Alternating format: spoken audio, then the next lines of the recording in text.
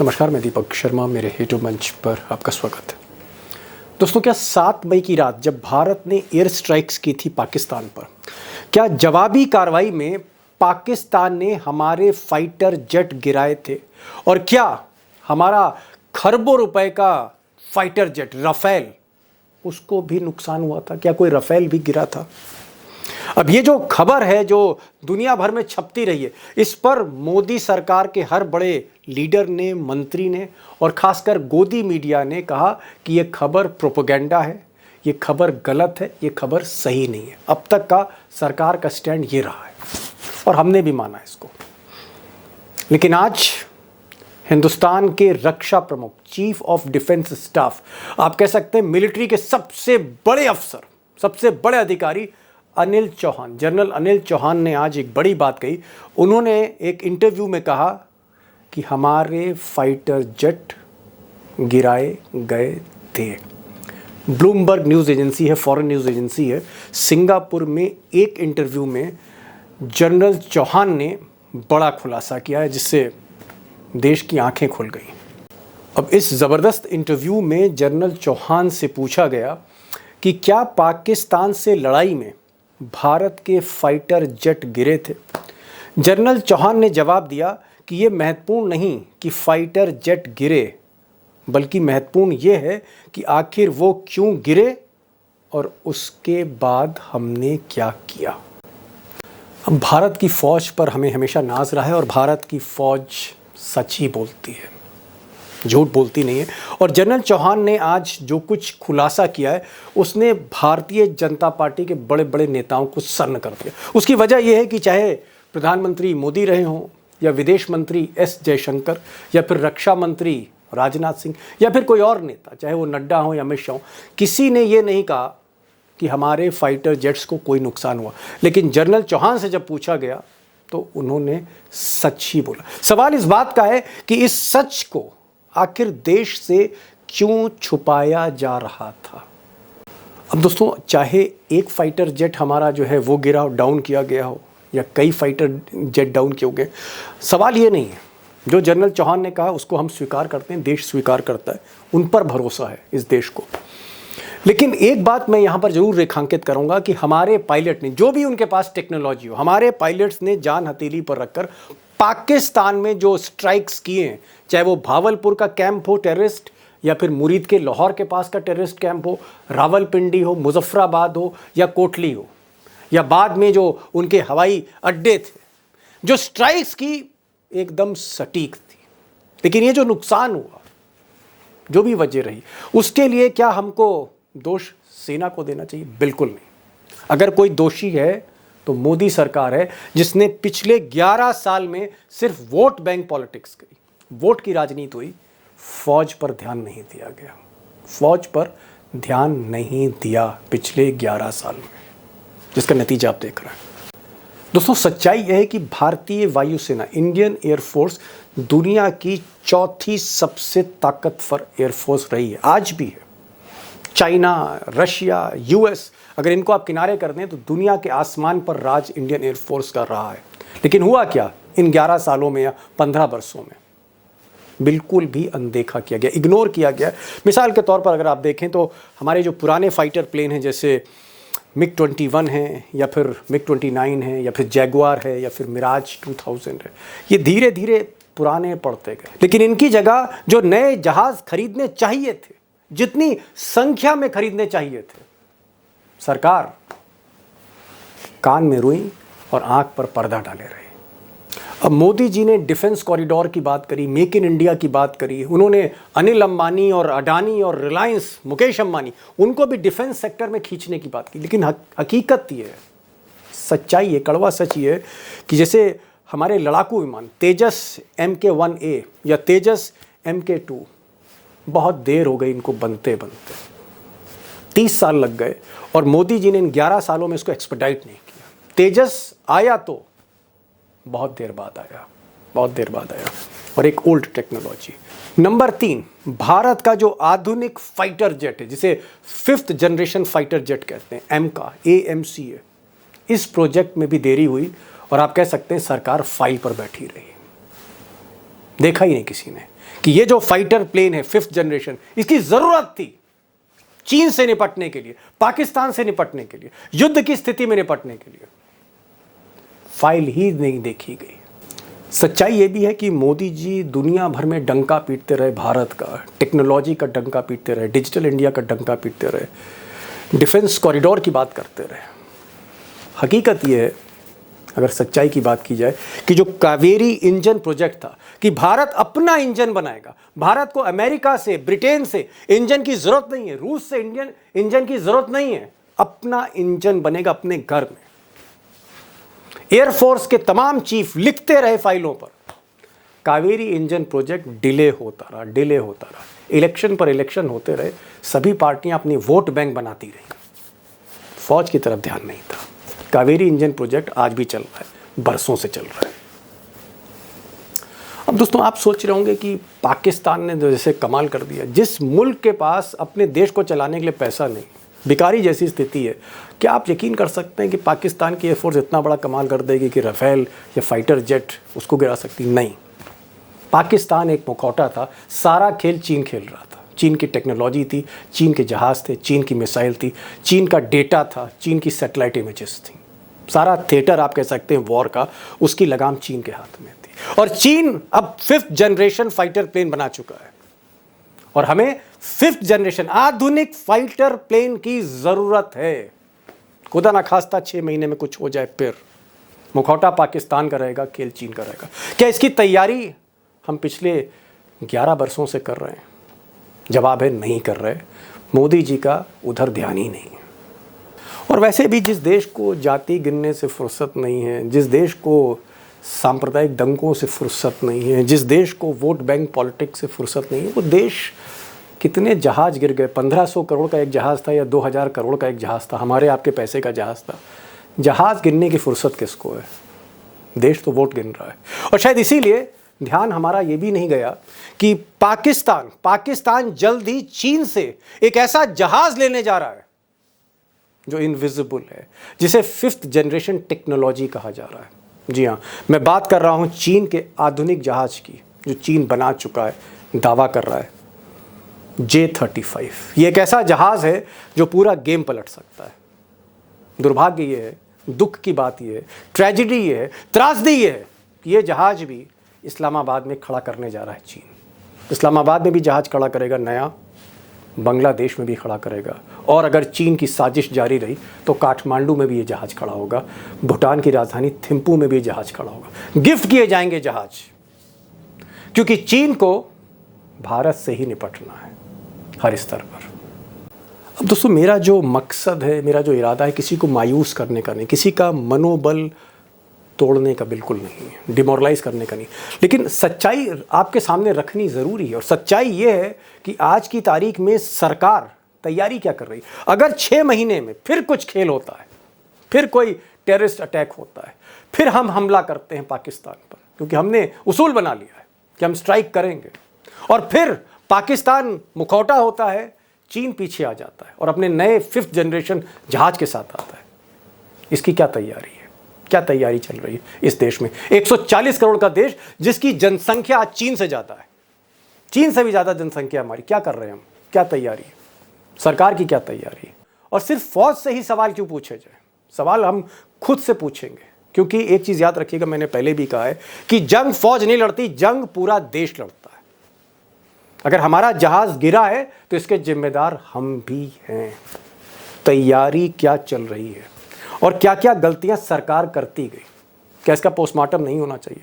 और इसीलिए आज मैंने विंग कमांडर अनुआ आचार्य को बुलाया है। ये जो महिला हैं, क्योंकि बात महिलाओं की चल रही थी, व्योमिका सिंह की चल रही थी, सोफिया कुरैशी की चल रही थी, आज मैंने विंग कमांडर अनुमा आचार्य को बुलाया। और अनुमा जी की जो सबसे बड़ी खासियत है वो ये है कि दुनिया भर में जो फाइटर प्लेन्स हैं, रूस के पास जो फाइटर प्लेन है, या फिर फ्रांस के पास जो फाइटर प्लेन है, ब्रिटेन के पास जो फाइटर प्लेन है, अमेरिका के पास जो फाइटर प्लेन है, या बाकी यूरोप के देशों के पास फाइटर प्लेन है, ये उसी के एक्सपर्ट हैं और एयरफोर्स में रहकर उसी लॉजिस्टिक्स और प्रोक्योरमेंट पर निगाह रखती थी। मैंने आज उनको बुलाया और कहा है कि आप सच्चाई दिल खोल के बताइए। बात देश की है, देश की सुरक्षा की है, देश के स्वाभिमान की। सुनिएगा विंग कमांडर को एक एक परतें ये निर्भीक और निडर विंग कमांडर देश के सामने खोल रही है। और आप तय करिएगा कि गलती किसकी है और सरकार कहाँ मात खा गई, कहाँ गलती कर गई, क्यों सो रही थी, क्यों सुध नहीं ली। सारी चीज़ें आपको पता लगेंगी। अनुमा जी को सुनिए। मेरा जो पहला सवाल है वो ये है कि आज पहली बार CDS, chief of defence staff, उन्होंने स्वीकार किया कि जहाज जो है हमारे गिरे और पाकिस्तान ने गिराया। वो भले ही उन्होंने अमेरिकी चाइनीज हथियार से गिराया या जो भी चाइनीज फाइटर प्लेन से गिराया, मैं उस पर नहीं जा रहा हूँ। क्या आपको लगता है अनुमा जी, आप तो इतने साल आप इंडियन एयरफोर्स में रहीं और पहली महिला बैच में आप थी, क्या एयरफोर्स को आज हमें पूरे देश को इस मजबूत करना होगा? क्या सरकार ने, मोदी सरकार ने पिछले 11 साल एयरफोर्स को निगलेक्ट किया, जिसका नतीजा हम सामने देख रहे हैं? क्या आज भी हमारी जो स्क्वाड्रन्स हैं वो कम हैं? हमारे जो पुराने जहाज हैं मिग 21, 27, वो सब बेकार हो गए और नए जहाज हम खरीद नहीं पाए। क्या आपको लगता है, मैं गोला बारूद की बात नहीं कर रहा हूँ, लेकिन फाइटर प्लेन्स की कमी है, टेक्नोलॉजी की कमी है, हमारे पास मन माफिक जहाज नहीं है? एयरफोर्स क्या सोच रही है आज की तारीख? संख्या की दृष्टि से हम आज भी विश्व की चौथी सबसे बड़ी वायुसेना है और 70 के दशक के बाद से भारतीय वायुसेना ने अपने समय के मोस्ट प्रीमियर एयरक्राफ्ट खरीदे हैं। 70 के दशक में हमने 800 से ज्यादा मिग 21 खरीदे थे। उसके बाद आगे चल के हमने 79 में मिराजेस आ चुके थे, फ्रांस ने बना लिए थे। हमने 83, 84 में अपने यहाँ हम मिराजेस ले आए। तो हमने अपने समय के प्रीमियर एयरक्राफ्ट खरीदे हैं हमेशा। और आज से 12 साल पहले तक की सरकारें जो थी, उन्होंने ये समझ लीजिए लगभग संख्या में अगर मैं बात कहूं तो 3000 जहाज खरीदे थे। उसमें से 1200-1300 फाइटर्स समझ लीजिए, 800-900 ट्रांसपोर्ट एयरक्राफ्ट थे और बाकी हेलीकॉप्टर्स थे। इतने हमने जहाज खरीदे। और 2007-8 आते आते हमारे 250 सुखोई की जब सप्लाई हुई तो हम विश्व की सबसे बड़ी चौथी वायुसेना बने। लेकिन बीच में एक बहुत लंबा गैप आया, लैग जिसको कहते हैं। जबकि कारगिल हुआ, कारगिल रिव्यू कमेटी की जब उसकी रिपोर्ट आई तो उसमें भी हमारी जो 12 स्क्वाड्रन्स की कमी सामने आई। उन्हीं दिनों ताबूत घोटाला भी सामने आया। तो जॉर्ज फर्नांडिस साहब ने एक 100 एयरक्राफ्ट की बहुत पकी पकाई डील थी, मिराज 2000-5 नाम था। तो एक तो उसके कारण वो स्केप्टिकल हो गए, उन्होंने उस डील को साइन नहीं किया। तो एक तो लैग वहां आ गया। कुछ लोग ये भी कहते हैं कि चूंकि मिराज 2000-5 पाकिस्तान को भी सप्लाई किए जा रहे थे, इसलिए उन्होंने साइन नहीं की। बहरहाल उन्होंने साइन नहीं की, ये एक फैक्ट है। अब बीच में आपकी 100 एयरक्राफ्ट की डील जो आपने अभी साइन नहीं की और फिर आपकी सरकार चली गई, नई सरकार आई तो उसने फिर वो लगातार पूरे प्रपोजल बने और 2007 में MMRCA का पहला टेंडरिंग निकाली गई। 2007 के आसपास ही हमारे यहाँ एरो इंडिया शो शुरू हुए थे, अगर आपको याद हो तो। तो हर अल्टरनेट ईयर अभी भी होते हैं वो। एरो इंडिया में विश्व के सारे मैन्युफैक्चरर्स आते हैं, तो हमको एक बड़ा मार्केट मिलता है। और उस कारण से जब हमने 2007 में इसका टेंडरिंग किया तो हमको यूरोफाइटर मिला, टाइफून, और हमको मिला राफेल। इन दोनों को शॉर्टलिस्ट किया गया था। L1 राफेल था।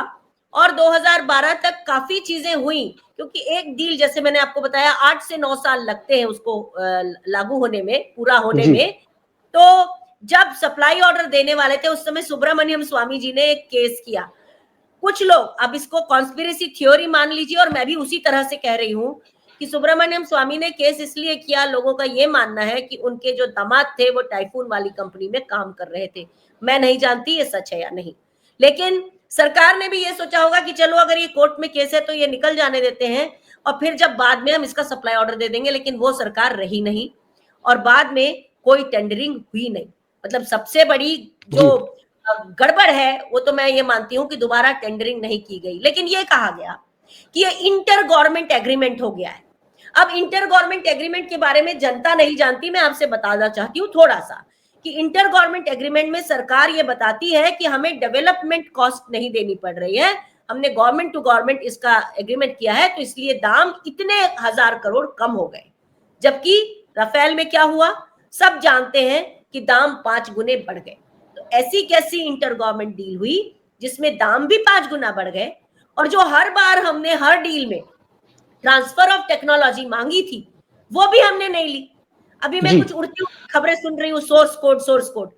अरे आपके पास ट्रांसफर ऑफ टेक्नोलॉजी होती तो जैसे हम मिराज यहां बना रहे हैं एचएएल में, जैसे हम सुखोई 30 यहां बना रहे हैं अपने एचएएल बैंगलोर में और अलग अलग डिविजन्स में, तो वो हम राफेल भी यहां बना सकते थे। जी लेकिन ये बहुत ही इस तरह की डील थी अनुमा जी, इसमें एयरफोर्स नहीं को आप फायदा। सही कह रही। मैं थोड़ा सा आपको बीच में रोक रहा हूँ।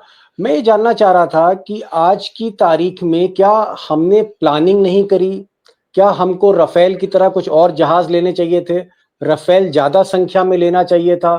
क्या हमने राफेल की डील करते करते बहुत डिले कर दिया और एयरफोर्स को सही समय पे जहाज नहीं दिए? और अगर मैं आपसे पूछूं कि एक जहाज की डील करने में या उसको खरीदने में कितना समय लगता है, 5 से 10 साल, तो क्या हमने एडवांस प्लानिंग नहीं करी थी?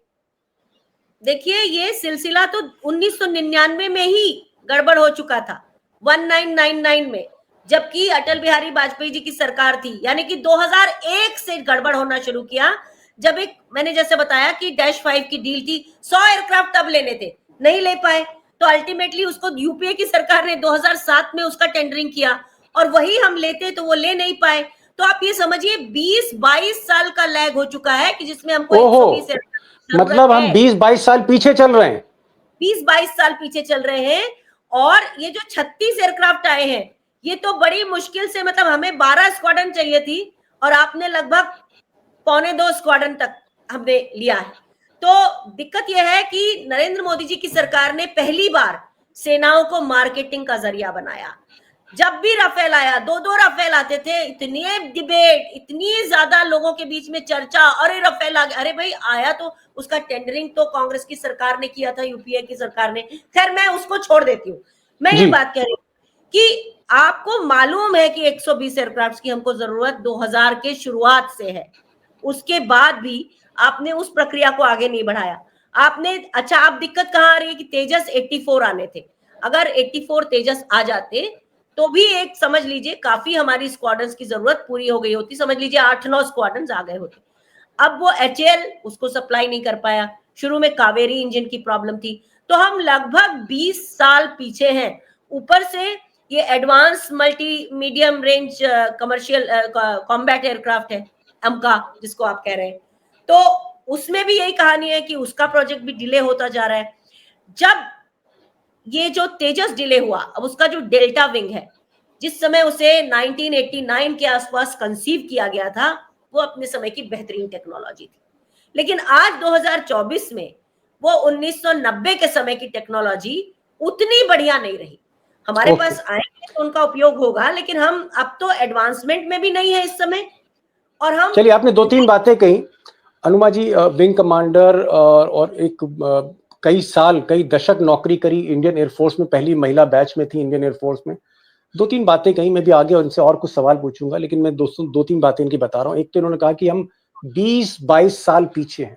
बहुत दुर्भाग्यपूर्ण बातें हैं, ट्रैजिक बातें हैं, मुझे करनी नहीं चाहिए, मैं किसी का मनोबल नहीं गिरा रहा हूँ, लेकिन 20-22 साल हमारे देश की एयरफोर्स पीछे चल रही है, ये उन्होंने कहा। दूसरा, उन्होंने कहा कि जो तेजस विमान हैं जो आज हमारी एयरफोर्स में इंडक्ट होने शुरू हुए हैं, 1990 के दशक में इनको कंसीव किया गया था। उस वक्त ये आप कह सकते हैं सुपीरियर टेक्नोलॉजी थी, अब नहीं है। तीसरा, इन्होंने कहा कि राफेल की डील करते करते हमने बहुत डिले किया, कुल मिलाकर हमें 36 जहाज ही हम राफेल खरीद पाए अभी तक हमारे पास हैं, और ये जो हमें डील थी 2001 में कर लेनी चाहिए थी। तो 25 साल पीछे हम चल रहे हैं। अब खैर जो हो गया सो हो गया, अब तो जो हो गया सो हो गया, पर्दा हट गया है, हकीकत सामने है और देश को समझना चाहिए, क्योंकि एयरफोर्स पूरे देश की है। वो एयरफोर्स की नहीं है, वो एयरफोर्स पूरे देश की है। और युद्ध जब लड़ा जाता है तो सेना युद्ध नहीं लड़ती, पूरा देश लड़ता है। इसलिए देश के सभी लोगों को अपने गिरेबान में झांक के देखना होगा। एक बात मैं पूछना चाह रहा हूं, अब क्या करें विंग कमांडर, अब क्या किया जाए? अब तो कुछ बताइए भाई, आपने तो एक उम्र गुजारी एयरफोर्स में। अब हमें क्या करना चाहिए? हमें अमेरिका का F-35 खरीदना चाहिए, हम सुखोई 57 लेके आए, हमें क्या करना है इस वक्त? ये जो इमरजेंसी की स्थिति है, मान लीजिए 6 महीने बाद युद्ध हो गया और खुलकर इस बार चीन आ गया, तो अब हमें क्या करना है मैम, ये तो बताइए। क्या करना चाहिए फौरी तौर पे? दीपक जी, सबसे पहले तो अब तक 10 साल पहले ग्लोबल टेंडर निकाल दिए जाने चाहिए थे, जिससे कि हमको कुछ एयरक्राफ्ट मिलते, क्योंकि हर साल एरो इंडिया तो हो ही रहा है, बहुत अलग अलग एयरक्राफ्ट हमारे देश में आ ही रहे हैं। विंग कमांडर, मैं कह रहा हूं, मैं मोदी जी को डिफेंड नहीं कर रहा, मोदी जी ने गलती कर दी, 10 साल नहीं किया, अब क्या करें ये बताइए। अब दिक्कत व्हाट क्या है नाउ? कि कहाँ हम जा रहे हैं, आप अगर समझिएगा। आग लगी है, अब इस आग को कैसे बुझाएं ये तो बताइए मैडम। नहीं तो एयरक्राफ्ट तो खरीदने पड़ेंगे ना किसी देश से तो तो खरीदने कितना पड़ेंगे समय ना। लगता है एयरक्राफ्ट खरीदने में? आप तो लॉजिस्टिक्स में अगर रही हैं। जिस तरह का डील मोदी जी ने की थी, उसमें तो वो 4 साल के अंदर आ गए। उस डील में हमको ट्रांसफर ऑफ टेक्नोलॉजी नहीं मिली, यानी कि हम किसी काम के नहीं रहे। वो 36 ही जहाज रहेंगे, हमें टीओटी नहीं मिला, ट्रांसफर ऑफ टेक्नोलॉजी जो बड़ी एक शर्त होती है वो नहीं मिली। तो इस तरह से अगर डील करेंगे तो हो सकता है कि 4 साल में दोबारा हम इतने एयरक्राफ्ट ले ले और किसी एक देश को चुनकर करें, लेकिन वो प्रक्रियाएं नहीं है। आप फिर देश के साथ धोखा भी करेंगे। आप देश के उन टैक्स पेयर्स के लोगों के ऊपर एक्स्ट्रा बर्डन डाल देंगे कि आप अपनी प्रक्रिया नहीं कर रहे। अरे आज ही कर दीजिए ना ग्लोबल टेंडर। हम कहते हैं आप आज ग्लोबल टेंडर कर दीजिए, हो सकता है कि आगे आने वाले 4 साल में आप उसका सप्लाई ऑर्डर देने की स्थिति में हो जाएं, और उस 4 साल के बाद हर 2-2 साल में आपके पास 15-15, 20-20 जहाज आने लगे, तो 10 साल में पूरी सप्लाई पूरी हो जाए। तो आने वाले 14 सालों में कम से कम हम ये कर सकते हैं। लेकिन अगर मोदी जी उस शॉर्टकट वाली रूट में रहेंगे कि हम जाके अमेरिका से कह देंगे कि तुम हमको F-35 दे दो, वो गलत तरीका है। ऐसे किसी एक देश के पास जाकर एक देश का गुलाम ना होकर अगर हम ग्लोबल टेंडरिंग करते हैं तो हमको बेस्ट एयरक्राफ्ट सही दामों पर मिलता है, और ट्रांसफर ऑफ टेक्नोलॉजी हम उसकी मेन शर्त बनाएं, जिससे कि हम उसको एचएएल जैसे जगहों पे बना सके। तो ये सारी चीजें बहुत जरूरी है। मैं समझती हूँ अगर इंटर गवर्नमेंट एग्रीमेंट करके भी लेना है तो कम से कम 100 जहाजों का इंटर गवर्नमेंट एग्रीमेंट करिए, और उसमें देश को बताइए कि हमने कितना पैसा बचाया, क्योंकि हमने डेवलपमेंटल कॉस्ट जी नहीं दी है। ये मैडम, क्या आपको लगता है, क्योंकि आप रशिया से भी जब इंडियन एयरफोर्स में थी, रशिया से जहाज खरीदती थी, क्या रशिया का जो सुखोई 57 है, Su-57, क्या ये आधुनिक जहाज है, आधुनिक जेट फाइटर है? और चाइना के जो हवाई जहाज हैं जो पाकिस्तान को दिए गए हैं, जिसमें J-10 है, J-17 है, J-20 भी हो सकता है, क्या इन जहाजों को सुखोई 57 टक्कर दे सकता है? मान लीजिए साल भर में फिर कोई जंग जैसी नौबत आ जाए, तो हम क्या करें? मेरा ये मैं ये कहूंगी कि सुखोई 57 फाइन, ये अपने समय का बहुत एडवांस जहाज है। इसको 5th जनरेशन प्लस कहा जा रहा है, सब मान लिया मैंने। लेकिन रशिया तो अभी पाकिस्तान के साथ डील करता हुआ देखा गया है, तो उसका हम क्या अर्थ समझे? मतलब जो केवल हमारा एक अलाय होता था, हमारा पार्टनर होता था, वो तो पाकिस्तान के भी पास जा रहा है। तो इस समय हम ये कैसे मान लें कि जो जहाज वो हमें देगा वो उनको नहीं देगा? इस समय तो हमारी स्थिति इतनी खराब है विदेश नीति के हिसाब से कि हम कौन हमारा है, पड़ोसी हमारे हैं नहीं है, ये पता नहीं चल रहा है दीपक तो जी। फिर क्या चाइना के आगे घुटने टेक दें, उनसे मांगे जहाज, हम ही लोग चलें देखिए, फिर? कुछ मोदी कुछ जी चीजें तो नहीं बहुत चाहते, क्या साफ करें? हैं। हम इस समय वन फ्रंट इन्फोर्स्ड री इन्फोर्स्ड वॉर लड़ रहे हैं। हम लड़ तो पाकिस्तान से रहे, पीछे चीन खड़ा है, तो चीन हमारा कभी हो नहीं सकता। चाहे हम उसको झूले झुलाएं, चाहे कुछ भी करें, वो हमारा नहीं है। हम आज भी 2500 किलोमीटर से ज्यादा चीन हमारे सीमाओं में बैठा हुआ है, उसको कहीं बफर जोन कहता है, और वो सोचता है कि हम डफर जोन के लोग हैं। तो दुखद ये है कि हम चीन से कुछ कह नहीं सकते। चीन हर लिहाज से हमें ये मानना पड़ेगा, कुछ चीजें हमें मानना पड़ेगी कि चीन की वैसे भी एयरफोर्स जो है 3rd लार्जेस्ट है, हम 4th है, और हमारे पास पिछले 20-22 सालों से हमने कुछ खरीदा नहीं है जैसा कि हमें चाहिए थी, जो रिक्वायरमेंट। मैम, आप एक्सपर्ट हैं और इंडियन एयरफोर्स में कई दशकों तक कौन सा जहाज किस देश में है, कितना मारक क्षमता है, वो सब आप काम करती रही हैं। मैं आपसे पूछ रहा हूँ, आपका जो एक्सपर्टाइज है, कि अब हमें कौन सा जहाज चाहिए तुरंत, साल भर के अंदर, 2 साल के अंदर, फौरी तौर पे? क्या हम राफेल की दोबारा दूसरी खेप लें, या हम ट्रम्प के पास जाएं, उनसे कहें कि भाई ये F-35 दे दो हमको, या फिर हम पुतिन के आगे झुकें कि भाई सुखोई 57 पाकिस्तान को मत दीजिएगा, हमको हमारे पास इस वक्त विकल्प क्या है, ऑप्शंस क्या है, क्योंकि देश संकट में फंसा है। हमारे जो पायलट्स होते हैं वो सबसे पहले ये बताते हैं कि हमें जहाज में ये खूबियां चाहिए, और वो खूबियों को लेकर फिर हमारे इंजीनियरिंग ऑफिसर और लॉजिस्टिक्स ऑफिसर रिसर्च करते हैं कि विश्व में ये खूबियों वाली चीजें कहाँ मिलेंगी। क्योंकि वो पूछ सकता है पायलट कि हमें स्टेल्थ चाहिए, हमें उसमें इस तरह की इजेक्शन चाहिए, हमें ये चाहिए, तो वो पहले हमें अपनी रिक्वायरमेंट बताते हैं, जो प्रक्रिया है वो बता रही हूँ। जी और उसके बाद इंजीनियर्स उस चीज को, उसका स्पेसिफिकेशन बनाते हैं और क्रॉस चेक करते हैं। जब वो स्पेसिफिकेशन फाइनल होती है उस समय लॉजिस्टिक्स का रोल आता है और वो ग्लोबल ये पता करते हैं, कई जगह लेटर ऑफ इंटेंट जाता है कि क्या आप हमारे साथ आगे बढ़ना चाहेंगे, इस तरह की चीजें होती है।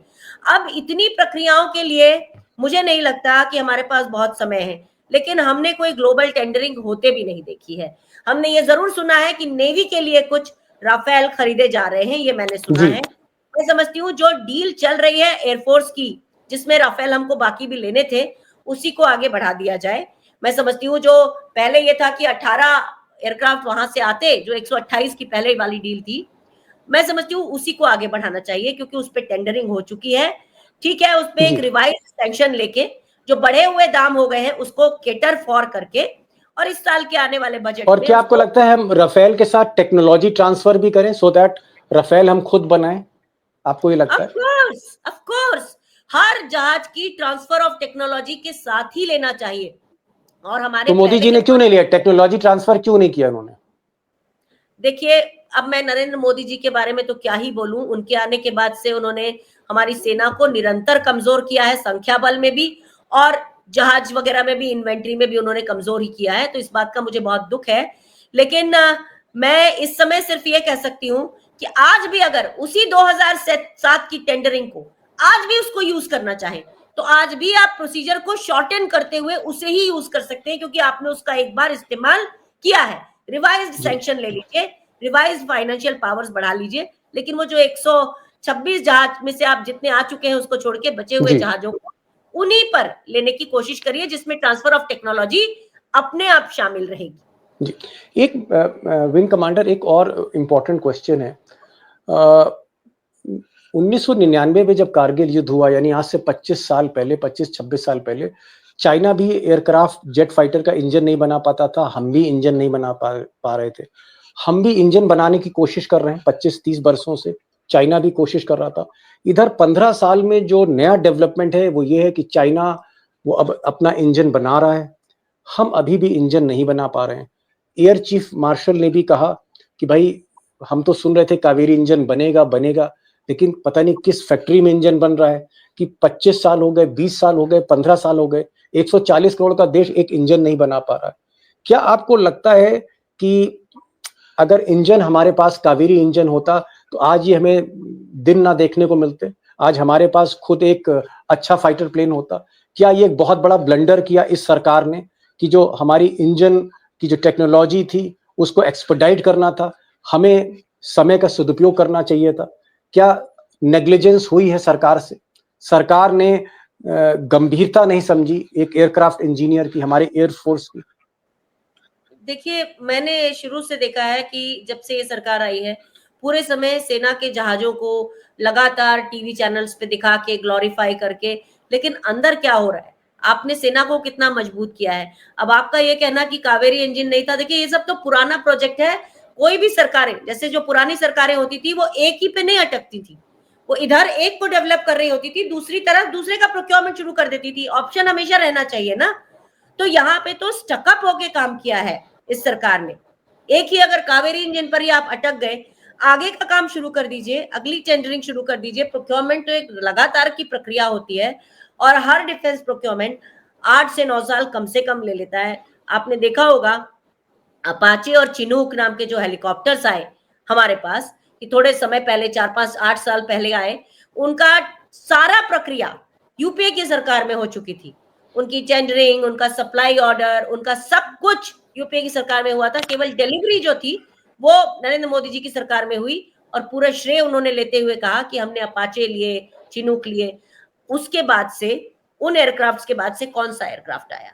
कुछ भी नहीं आया ना। जो यूपीए की सरकारों ने अब तक किया था उसी का अभी तक आते रहे ना। उसके बाद क्या हुआ? कोई ग्लोबल टेंडरिंग नहीं हुई, कुछ नहीं हुआ। तो इस तरह से हम अपनी इन्वेंट्री को, अपनी फौज को खुद ही कमजोर कर रहे हैं। लेकिन उधर एक और काम किया जा रहा है कि एचएएल की जो एचएएल स्लो है, और मैं इस पे दोबारा कहूंगी कि चीफ का कहना सही है, लेकिन किस लिए कहा जा रहा है और चीफ से किस लिए कहलवाया गया है? प्राइवेटाइजेशन के कारण। और प्राइवेटाइजेशन में कौन आएगा? क्या हम टाटाज को बुलाएंगे? क्या हम प्रॉपर इवैल्यूएशन करके बुलाएंगे? जी नहीं। आप और हम दोनों जानते हैं कि इस समय देश में एक राष्ट्र सेठ जी हैं, तो उनकी कंपनी आ जाएगी। तो जहां एक एचएएल के डिलेज के ऊपर मैं कुछ नहीं कहूंगी, ये बात सही है, डिलेज हैं और सबको दिखे हैं, लेकिन क्या वो डिलेज प्राइवेटाइजेशन की तरफ ले जाकर उनको उस तरफ ले जाया जा रहा है? वो भी हमें देश को समझना पड़ेगा। और मुझे ऐसा भी लगता है कि जब राफेल की डील चल रही थी तो अनिल अंबानी को पिक्चर में लाया गया था, बाद में अनिल अंबानी से जो भी डील हुई, अब हो सकता है अडानी को ला रहे हो। एक आखिरी सवाल आपसे मैं पूछना चाहूंगा, देखिए हम एयरफोर्स के पायलट्स, एयरफोर्स के हमारे air marshal, air chief marshal, हमारे एयरमैन, हमारे आर्मी के जवान, सबने अपनी तरफ से जितनी बेहतर कोशिश थी वो करी और टारगेट्स जो थे उसको अचीव भी किया, वहां पर जो है स्ट्राइक्स भी सही तरह से की। ये जो जहाज हमारे गिरे, मैं फिर संख्या में नहीं जा रहा हूँ क्योंकि कोई बहुत अच्छी खबर नहीं है, कोई बहुत ऐसी खबर नहीं है कि हम सुनकर जो हमारे दर्शक हैं उनको बहुत खुशी हो। बहुत ही ट्रैजिक खबर है कि अगर हमारे जहाज इतनी महंगी महंगी मशीनें, 1500 करोड़ 2000 करोड़ की मशीनें अगर हमारी गिर रही हैं और एक मनोबल कहीं ना कहीं टूटता है। क्या आपको लगता है कि जो कुछ ये एपिसोड हुआ राफेल के साथ या जो भी साथ, अगर मैं पूछूं कि इसका दोषी कौन है, तो क्या आपको लगता है कि सरकार दोषी है? सरकार एंटिसिपेट नहीं कर पाई, सरकार ने सही समय पे फैसला नहीं लिया और देश की जो सुरक्षा है, आंतरिक सुरक्षा, उसके प्रति सरकार गंभीर नहीं थी और अब सिर्फ नाटक हो रहा है कि सिंदूर को बारूद बना देंगे, रगों में जो है लहू नहीं वो गर्म सिंदूर बह रहा है, ये सब डायलॉग बाजी हो रही है, अंदर कोई काम नहीं हुआ। Nothing happened in this last 11 years, कुछ नहीं हुआ। 22 अप्रैल से देश एक तरह के बहुत गुस्से में था और उसके बाद से बार बार हमने देखा, टीवी चैनल्स ऑप्टिक्स दिखाते रहे कि प्रधानमंत्री तीनों सेना अध्यक्ष से मिल रहे हैं। पाकिस्तान को क्या लगा होगा कि ये लोग ऐसे गप्पे हाँकने के लिए मिल रहे हैं? ऐसा तो नहीं लगा होगा। पाकिस्तान को समझ में तो आया होगा कि कुछ ना कुछ एक्शन होगा, आतंकवादियों का पनाहगाह रहा है वो। और उसके बाद सबसे बड़ा दोषी इसका केवल विदेश मंत्री है, जिसने कहा at the start of the operation हमने पाकिस्तान को कह दिया था कि हम आपके ठिकानों पर कुछ नहीं करेंगे। इसका अगर कोई एक गुनाहगार है जिसके ऊपर सबकी उंगली उठना चाहिए, और अगर हमारे देश के एयरक्राफ्ट और पायलट्स की जान भी गई है और एयरक्राफ्ट गया है, तो वो एक व्यक्ति इस देश का गुनाहगार है। सबसे ज्यादा लापरवाह, कैजुअल ऐसा व्यक्ति जिसने हमारी देश की सेनाओं को सबसे बड़ा नुकसान पहुंचाया है, और इसीलिए शायद बार बार उनके बयान को बदलने की कोशिश की गई, लेकिन पूरा देश सुन चुका था जी। तो ये थी विंग कमांडर अनुमा आचार्य, फर्स्ट बैच एयरफोर्स में जो लेडी ऑफिसर हैं उनमें से एक थी, और दो तीन बातें इन्होंने बहुत इंपॉर्टेंट कही। इन्होंने कहा कि हम 20-25 साल पीछे चल रहे हैं हमारी एयरफोर्स, और पिछले 20-25 साल से हमने कोई जहाज के लिए जो हमें जो प्रोक्योरमेंट करना चाहिए थे हमने नहीं किए। ये जहाज का जो टेंडर था 2001-2002 में हो जाना चाहिए था, लेकिन ऐसा नहीं हुआ। उसके पीछे तमाम राजनीतिक कारण है। दूसरी बात जो इन्होंने इंपॉर्टेंट कही वो ये कही कि पाकिस्तान से भले ही युद्ध हो रहा था, लेकिन पाकिस्तान एक मुखौटा था, असली युद्ध जो था ये कहीं ना कहीं वो चीन से हो रहा था, और चीन से आगे भी इस तरह की युद्धबंदी होगी, इस तरह की लड़ाई होगी, इस तरह का एक सिनेरियो दिख रहा है। ऐसे में विंग कमांडर अनुमा जी का कहना है कि फौरी तौर पे ग्लोबल टेंडर करिए, जहाज प्रोक्योर करिए और फ्रांस पर दबाव डालिए कि टेक्नोलॉजी को ट्रांसफर करे। बिना टेक्नोलॉजी ट्रांसफर के जहाज खरीदने का कोई मतलब नहीं है। विंग कमांडर आप आई, खुलकर बातचीत हुई और बहुत सी बातें आपने बताई। एक उम्र आपने गुजारी एयरफोर्स में, देश को फक्र है कि आप पहली महिला बैच में रहीं, और जिस तरह से आपने जानकारियां दी आज, आपके इस वक्तव्य ने, इस इंटरव्यू ने कहीं ना कहीं आंखें खोली। Thank you so much for joining this programme. Thank you so much ma'am.